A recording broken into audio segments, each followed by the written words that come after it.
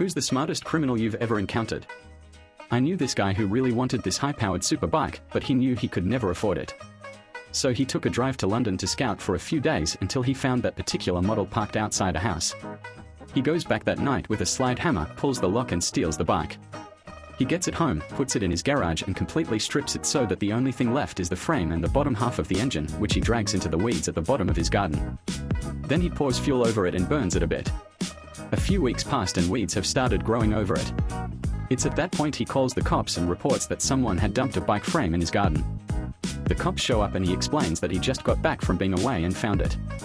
The cops take the frame and note down his name and address. A few days later the cops call him and say that the bike had been stolen from London a month or so ago and that the insurance company had classed the bike as a write-off and had told the cops to dispose of it. But because the frame was found in his garden and the insurance company didn't want it, the cops were duty-bound to ask him if he wanted to keep it. So he tells them that he'd always wanted to build a bike. He gets the frame back from them, repaints it, then puts it all back together and re-registers it as a stolen and recovered item. Remember to like and subscribe.